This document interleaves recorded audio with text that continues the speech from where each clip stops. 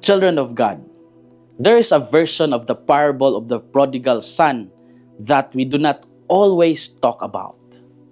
It is the story of the other prodigal son, the lost older brother who never left. He woke up early, worked in the fields, and obeyed the rules. He stayed close to home and never wasted his inheritance. He did everything expected of a responsible son. Yet when his younger brother returned, something inside him broke. Anger, resentment drowned him.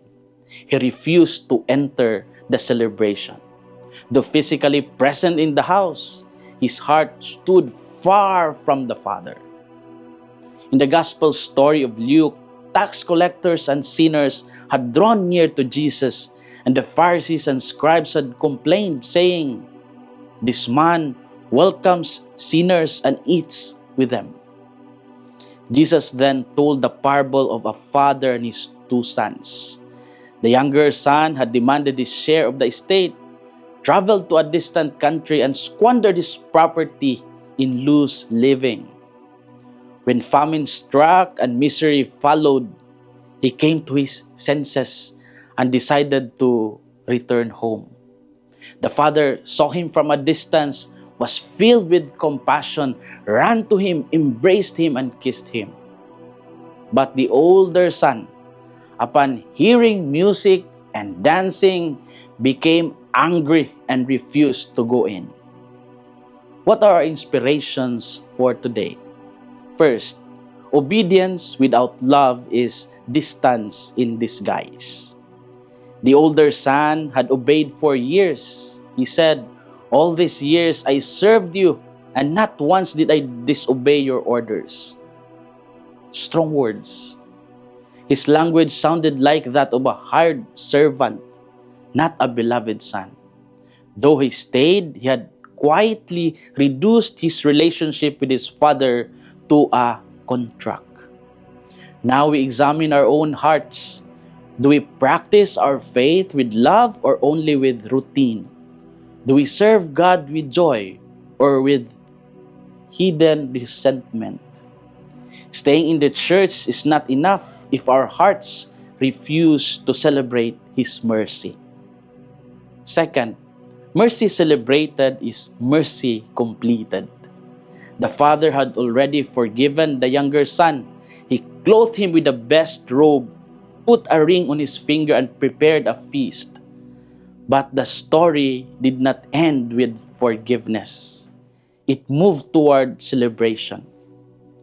When the older son refused to enter, the father went out to him and pleaded.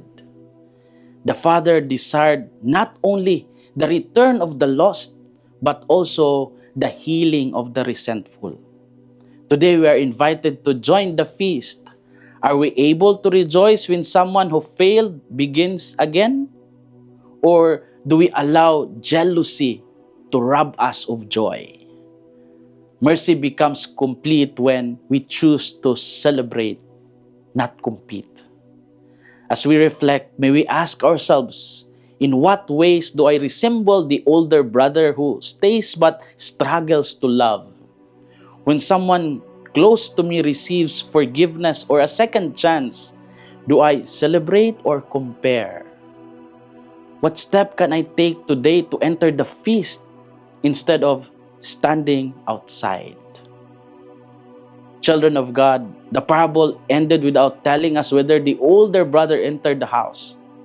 The silence was intentional. It left the decision open for every generation. We may wander far like the younger son. We may remain near yet grow cold like the older son. The father continued to go out to both. His mercy did not run out. His invitation did not expire. Lent is our season to come home in whatever way we need. Whether lost in rebellion or lost in resentment, we are still called sons and daughters. This is Father Felmar SVD, your Good News caster from Radio Veritas Asia, the voice of Asian Christianity, and may the Almighty God bless you, the Father, the Son, and the Holy Spirit. Amen. Thank you for watching and listening. Stay inspired every day with our daily reflections. Be part of our growing online community of faith and inspiration. Don't miss a single reflection. Follow us on our social media platforms